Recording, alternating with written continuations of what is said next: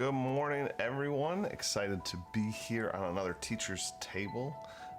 This is going to be a good one. I'm excited. We're talking a little bit about sort of assessment and ways to try to do that here now in the whole Corona situation. And that takes on kind of a different role because a lot of us are doing distance learning, and some of us, like me, are doing hybrid. So I got some online, some in the classroom.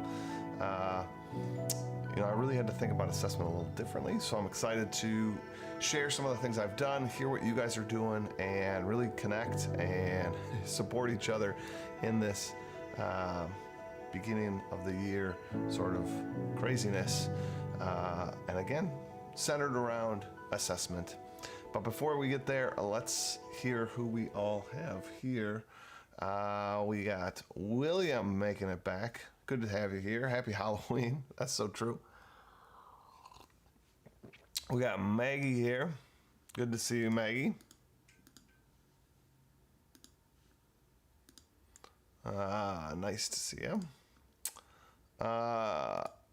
Addie's here. Good morning, Addie. Thanks for making it.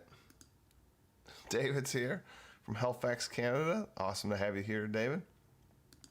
Like I said, we're going to be talking assessment today, and I'm just curious what everybody's doing and how they're doing it because of the situation. It's a little harder.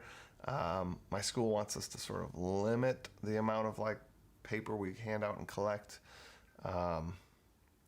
And for me, I'm trying to figure out how to do assessments with these various people kind of spread out. I have those distance learners, and we just gave our second assessment, or I just gave my second assessment this week, Thursday and Friday. No, doesn't matter. I gave it this week, and it went really well. But like I said, I'm curious, what are you guys using? What tools are you using for assessment, to sort of make there a parity between the two, the kids in the class, kids out of class? If all your kids are out of class, how do you sort of make sure they're taking the test without, cheating or looking things up? How can you structure the test so that cheating is kind of impossible? That'd be pretty awesome. These are things that I think we have to kind of sort of tackle and think about. One thing that I did, I'm going to start with a little story here. One thing I did, this is rather silly. This is not necessarily a solution, but I find it interesting. I was out at recess duty. This was before our first assessment. And a student was like, oh man, I'm like, are you ready for your test? They're like, oh man, no way. And tests freak me out. And I was like, oof, that's hard. That test anxiety. And I was like, well, what if I called it an assessment? They're like, oh, that's worse. So then I was like, well, what should we call it? And then I said, well, how about potato? That doesn't seem threatening. It's just a potato. And she's like, yes, that would be awesome. So then we came up with potato of knowledge. And so our first test of the year was the potato of knowledge. Still gave a regular test, did some regular things with that. But the name, the power of a name, if we can shift that, a potato's not fearful. So that was kind of funny. And then coming into this test, the same gal was like, oh, what are you going to call this one? And so I'm going to show you what I called this one. This one I had carrot of wisdom, and then me being me thinking hey, we need to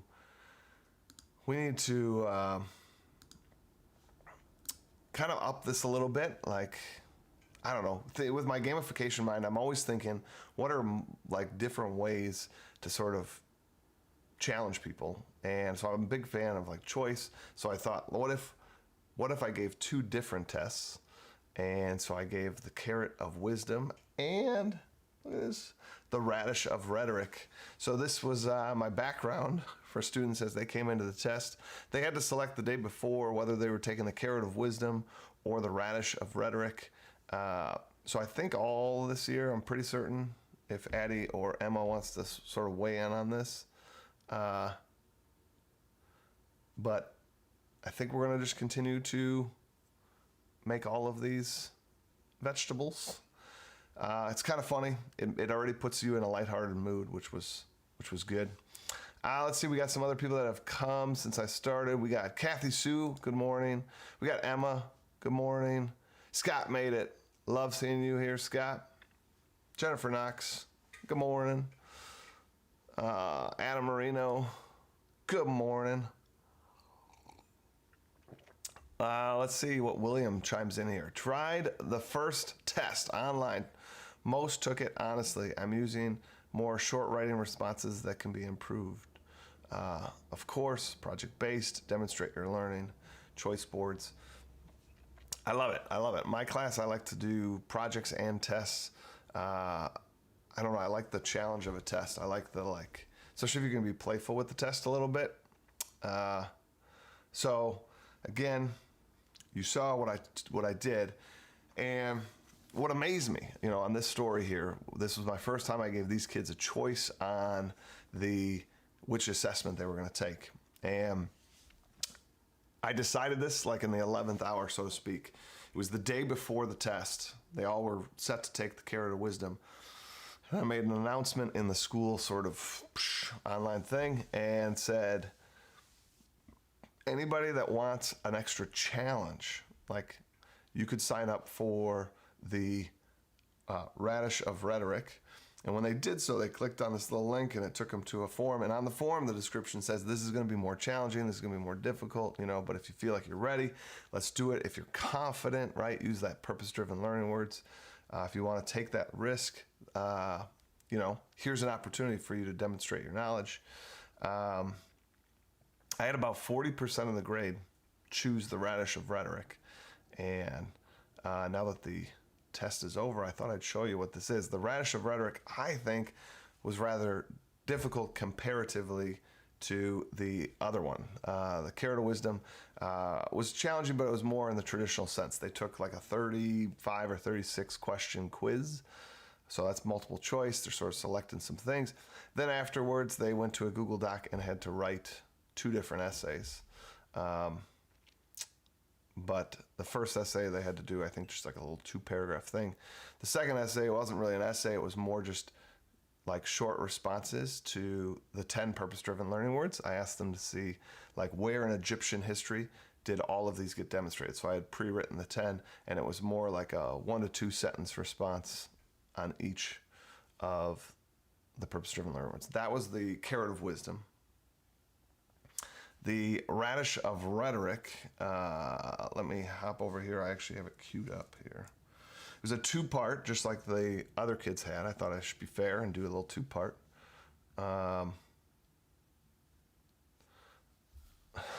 So here we have, here's what they got. So in Google Classroom, I assigned this to just those kids that signed up for the Radish of Rhetoric.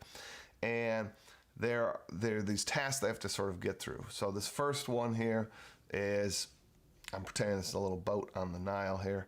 They have to fill in 8 words and then give 8 definitions. But unlike like a traditional quiz or test, there is no word bank here. This is entirely like, what are you able to recall? There's nothing on this test that's going to give them a hint towards something, right? There aren't language on this test that will help them. So it's all what's in their head. It's all entirely a demonstration of what they got. Then on this next sheet, they click into here and they have to type 6-word memoirs. So this is a 6-word sentence. I like doing these. 6-word memoirs are, you're trying to write a 6-word sentence that kind of addresses a higher concept. You have to kind of get creative. For me, at least at the beginning of the year, I try to challenge them to fuse 2 like vocab terms. That's pretty tough in 6 words. I mean, 2 of them are gone from the vocab terms. So you only have 4 to work with to make sure you are communicating something.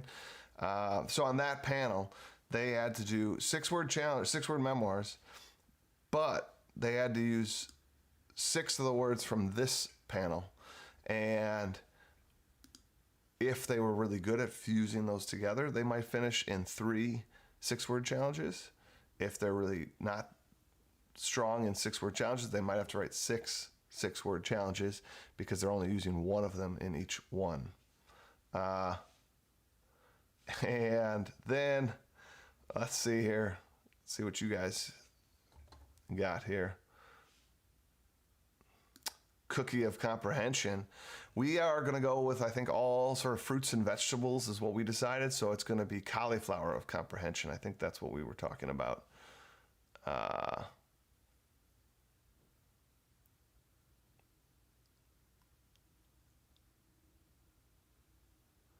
Ooh, your son turned you on to a new coffee. Loving it this morning. That's awesome. Cheers to that. Let's see.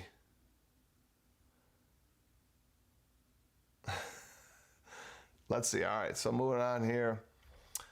All right. So after the 6-word memoir, the next thing, and again, you see there is no content on this entire slide. So they have to be the one to sort of pull it out of their mind and apply it. All right, the next one was basically, so in 6th grade, we're working on paragraphs. I know that's what's happening in the English classroom, so in the language arts classroom, sorry. And so I thought, well, let's help them out. Let's make them kind of work on a paragraph. And you can see behind here, I have an obelisk picture. Maybe you can't see it on here, but there's an obelisk. And so I want them to make any claim. Ramses is the greatest pharaoh ever. The Nile was super important. Whatever. Stake your claim. Make it. Just boom. Be bold. And then you have to have 3 sentences that support that claim. And then I want you to wrap it up. So basically, they're making a paragraph here. But I did a little theming around the obelisk that they're laying brick to build the obelisk, in our case, to build a paragraph, right? But it was really fun to see the kids' different claims, like to use that language of claim, because they're also working on that in science, that you make a claim and then you have to support it with evidence.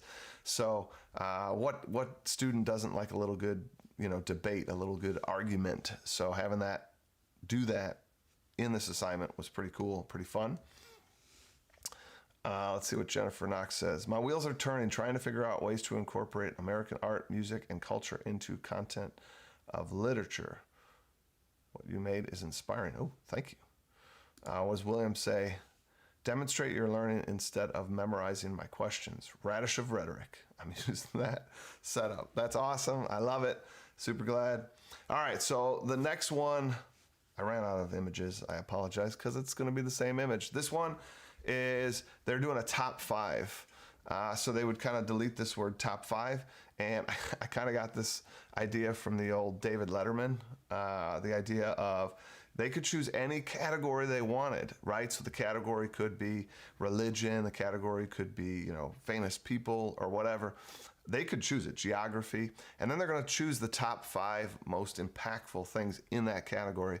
And so they would go next to like the number 1 here and put in, if it was geography, I would imagine the Nile was the number 1 important geographical detail. So they'd write Nile, and then they'd explain not what the Nile is, because at this point on this page, I'm assuming they already know what these words are. So now the explanation becomes, why is it first?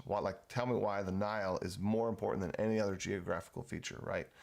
But again, they got to choose the category, so they're self-selecting what is what they're competent in, what they want to sort of show off. In world history, we've taught them a ton of content. So for me to just sort of cherry pick and say, do you know this one or this one or this one? Not so nice. But for them to be able to like pull out information that they want to pull out, that's awesome, right? I dig it. Let's see. Let's catch up here on some of the questions here.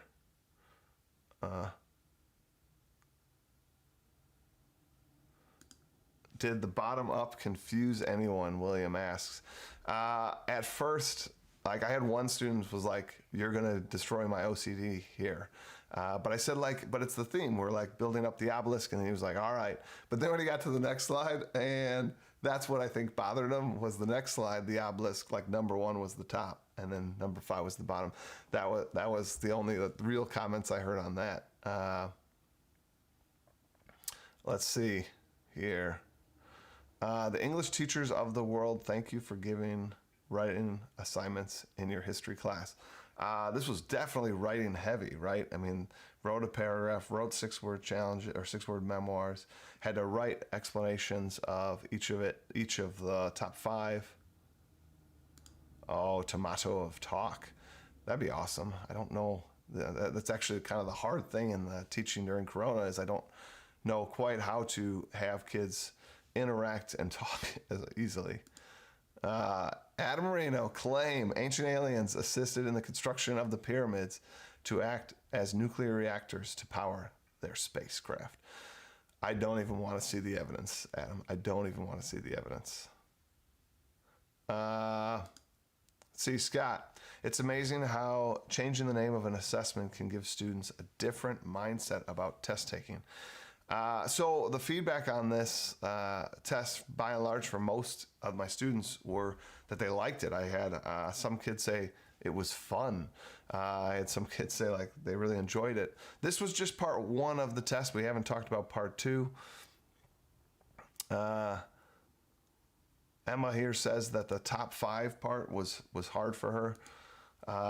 But again, I think challenge is good, right, Emma? Like, I think it's pushing you. Again, like score-wise, you did well on the assessment. And it was highly demanding, right? Jennifer Knox, I agree. Hit the like button, everybody. We're only at 10 likes here. David, what does David say? I like your idea of choice, letting students show what they know.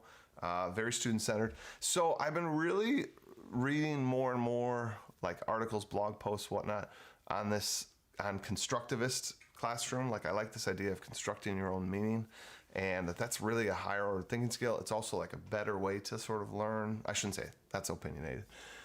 I think it's sort of that better way of learning. And I know what constructivist classrooms are, and I've learned that, and that's not a new term or new idea, but challenging myself to infuse more of the constructivist mindset into my classroom. That's what I'm trying to do. Let's see here.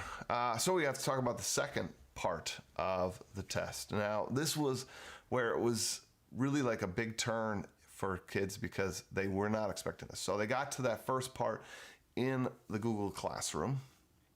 And then the second part, let me cue that up here. Boop.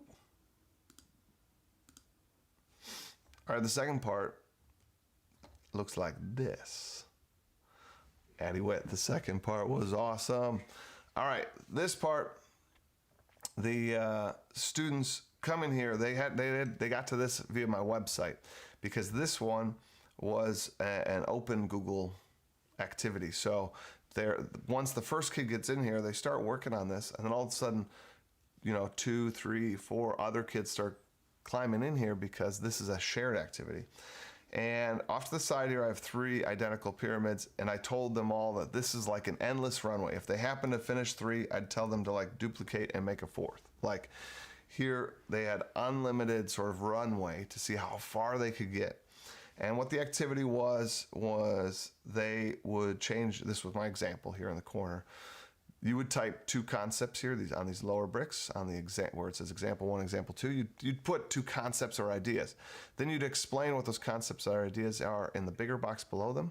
But then those 2 blocks can support a similar, like idea above it.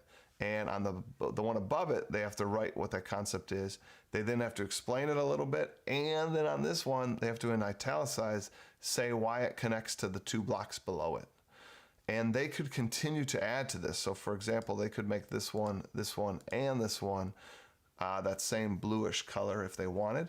But if they ran out of like ideas in that category, they could kind of hit the reset button, so to speak, and go to this one and color it red, for example, and then maybe make 2 red blocks, make a 3rd red block, right? Could they do a 4th block? When it switches colors, they don't have to match the other color. So this red block, if it was, wouldn't have to connect to this blue block, so to speak, right? So with that said, it's nice. It was neat to see kids sort of make these group associations. And the challenge was, how many pyramids could you kind of finish? How many pyramids could you get through? And, I had one class make fully fill in 2 of these together. They were able to talk. It was kind of cool. They were able to kind of say across the classroom, like, we should be doing this. Don't forget about like government. Don't forget about like, the Battle of Kadesh. And like they learned about a bunch of stuff in the Battle of Kadesh, so they could definitely do these supporting blocks. So I had one class get through 2 pyramids, and this is after they finished that part 1, right? And then I had one class finish only 1 pyramid, but that class took the challenge to make the entire pyramid sort of that bluish color. So they really wanted to try to make everything sort of connect and relate, which is a different challenge and a different way to look at this. And it was pretty impressive to see how kids worked on this one together. And I think one of the things they liked was that sort of team aspect that was able to be had. And this worked, both of these worked for distance learners, right? Because even if you weren't in the classroom, you could still be working on this together. I really liked this assessment, both for, like I said, how much it challenged students to recall the information and apply the information without really having any test there. I mean, really, like, it is basically populate all these boxes. I thought it was really strong. My students, the feedback on it, when I asked, so at the end of the period, I said, like, well, what did you think of the carrot of wisdom? What did you think of the radish of rhetoric? And while I'm only showing you the radish of rhetoric here, the kids that took that, like I said, the overwhelming feedback was they really liked it. Definitely was a challenge. I mean, kids didn't say that it was easy, but I think that's something that we need to remember too. If you give them sort of a unique puzzle, that engages the mind, the unique puzzle. And so giving kids this opportunity to demonstrate their learning on open-ended, constructivist assessment like this, and then maybe even throw in a little bit of that group work at the end where they're working together to sort of populate this, they're strategizing together. That was so fun to see kids kind of work through that and then ultimately see them really enjoy the experience. I absolutely love it. What does Natalia say? This is like hexagonal thinking connection you explain in one of your videos. It is the same idea or objective. Is it?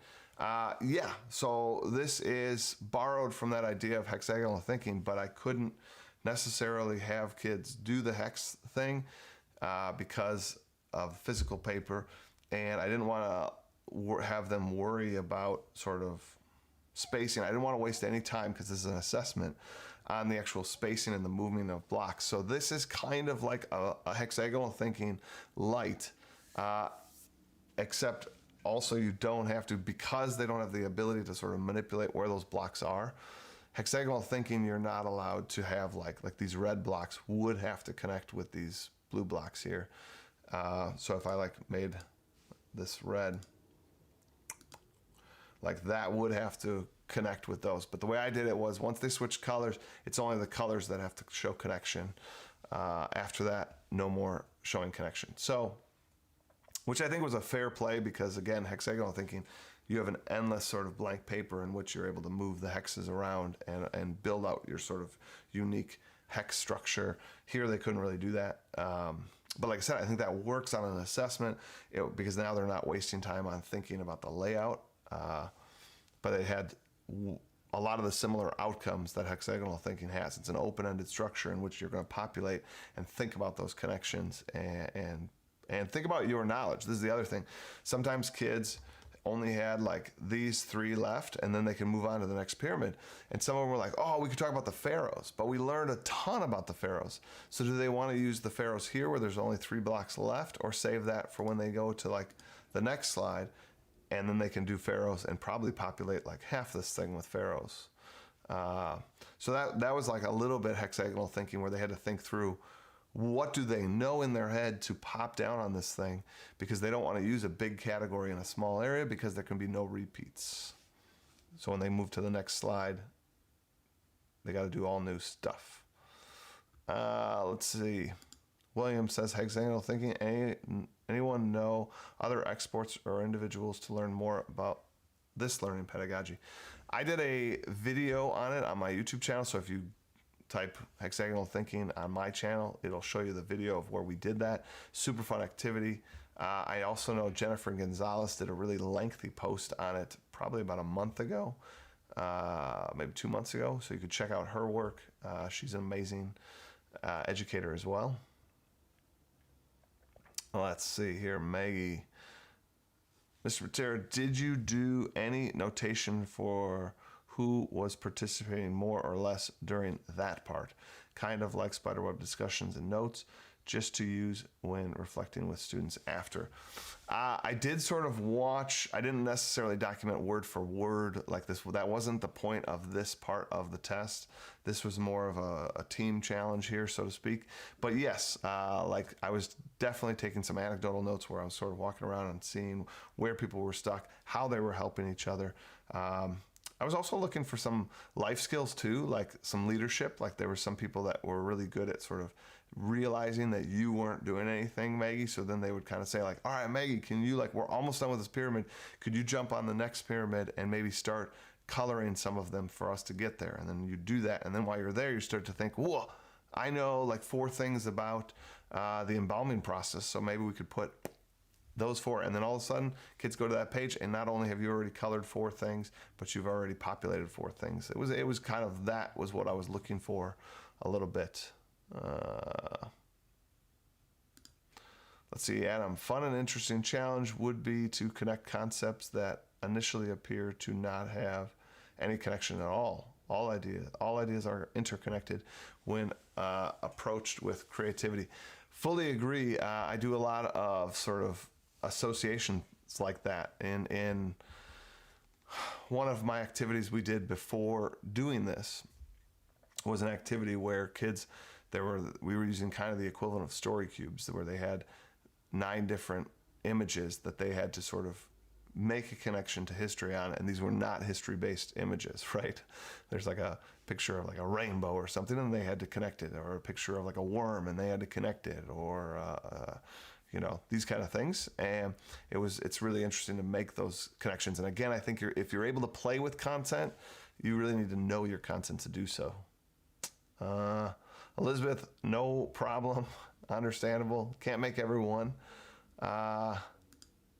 Maggie, cool. Love it. So glad you liked it. So glad you guys got a chance to sort of see the, well, I'm so glad you guys got to learn a little bit about the carrot of wisdom and the radish of rhetoric. I have to tell you, kind of on like that note, in our last few minutes here, I kind of want to just go back to that idea of just being playful with your assessments. Like, these names are silly. Like, the kids know it's a test. It doesn't hide the fact that it's a test. However, I think it does add a playful spirit, right? You know, and you know, it has something that we can all kind of bond upon. Like the other day, like they're all sitting there trying to think of other things we should do. Strawberry of Success, I think, was one. What was another one? I don't know. There was a bunch. There was a bunch. Peach of Perfection, that was one. Now we're moving into fruit, though, I guess. Grace, good to see you. So hopefully everyone, you know, enjoys these ideas. Hopefully you guys give them a spin or a whirl. Cauliflower of Clarity, that was one. That was one, Addie. Thank you very much. I dig it. There was some fun ones. But like I said, great way to sort of connect. It's a fun way to sort of play with Eggplant of Evidence. William, I dig that one. That's awesome. So you can already see just here in this chat how fun it is to sort of come up with these names. And then if you can, I also suggest doing little things like this. I use on my board behind me, like my screen, I always sort of set backgrounds, and I like to do different things with the backgrounds. And so on a test day, yeah, I'm going to do Carrot of Wisdom and Radish of Rhetoric up on the board like that. Get them fired up. It's super awesome. It's super silly, but sometimes it's those small things, right? Let's see, Adam here. Most, if not all, themes in a gamified classroom could borrow this. Construction assessment strategy, building castles, space stations, fortresses, collaborative assessments. Love it. So true, right? You could totally retheme those things to, like you said, construct out or build the engines or whatever. I love it. Those creative ideas, simple renaming, adding color, music, chants, etc., will change how the brain responds to a test. Like I said, the feedback, I don't know if Addie wants to sort of chime in on that at all. She's a student in my class, but by and large, kids, I think, really liked the test, that it was sort of different. And I don't know, I think if I was to take it, there'd be a sense of pride, because again, this was truly all the things you could recall and or apply. Addie says, yeah, it was really fun. So, I think for a test, that's pretty good. Thank you, Grace. I really appreciate that. All right, everyone. I hope you guys have a great weekend. Students, I hope you relax a little bit and get ready for that next week. And teachers, same thing. If you can take a moment to sort of relax in here. I know I have tons of lesson planning to do this weekend, but I'm going to save all that work for Sunday. And today is going to be rest of the day. Going to be a fun day with my daughter. We're going to have a good time. And Saturday will be busy. All right, everybody. You guys take care. Have a good weekend.